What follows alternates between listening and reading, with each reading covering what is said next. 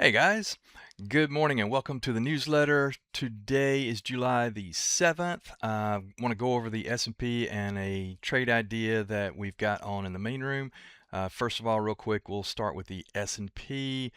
I've been talking about this for a little while, that we could be starting a downward trending channel here like we did over here. I don't know. It's too early to tell, but we could easily go through here. Here's all-time high, etc. But we have a lot of stuff coming up. Now we do have earnings coming up and so forth, but we've got FOMC this week and Fed meeting in I think it's 3 weeks this month. So we could kind of keep getting knocked down here. Maybe this turns into a downward channel. I don't know. It's too early to tell, but consider that at least.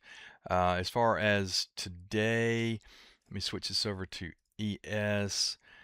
We're obviously same thing in the ES here, but we're down, as you can see, about 17 points right now. I'm not reading too much into this. Here is our 20-day chart, and as you can see, we have, get my drawing tool here, all the way down 7,200, all the way up 7,600, and now we're just kind of, chopping into this little pattern here. So we could go either way here, and I'm actually not expecting anything too crazy here. We are seeing a lot of selling in the semiconductor sector, which that's really been driving the market the last several months anyway. But that's yet to be, that's yet to play out yet. So we'll keep an eye on that. But the trade I wanted to go over was in Robinhood. Obviously, if you're in the main room or the option income mastery room, I put this trade on. Now I put it on. I think it was kind of here. I can't remember the exact day. It hadn't been that long. It was like a week ago or two. Anyway, when I did the numbers, you can see that the earnings, they are confirmed out here for 7/29 after the close. So I did the math, and I'll show you what the trade looks like. We did a simple butterfly, a bullish butterfly for a run into earnings. And here's the trade. And when I did this trade, the math, the expected move, everything lined up to give us a target of 120. Now remember, they report on 29 July. I said June, I think July. This trade expires on 24, so this trade expires before the actual earnings event.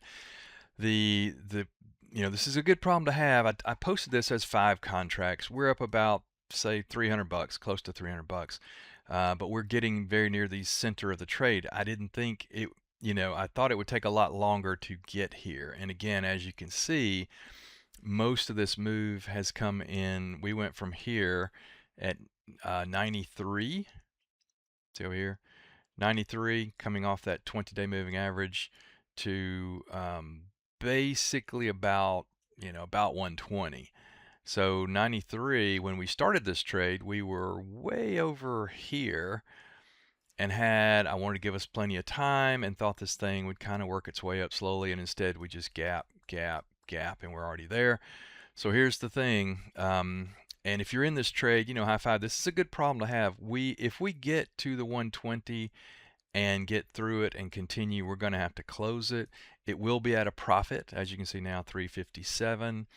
Let's see this right here. So yeah, we could get about $2.30 for it. We pay 158. That's a good problem to have. We still make money on it, and the reason you can see the T+1 line, this lavender pink line, kind of it's got an arch to it like that. So even if we're out here, we're still going to make money. There's our actual break even. You see that? All the way out at 140. So let me drag this over here, and you can see we're still at a profit all the way out to there. We go to zero right there. So I'm not too worried about it, but I want to give everybody a heads up that we may have to take this one off early. If it pulls back, that'd be great. Again, if it gets to 120 and past 120, then I'll post an alert and we'll take it off. But I'll keep you guys posted, and I'll get some updated fib levels on this as well, and we'll just play it day by day. So I'll send an alert on this. Let me know if you have any questions, and I will see you guys in the rooms. Thanks. Take care.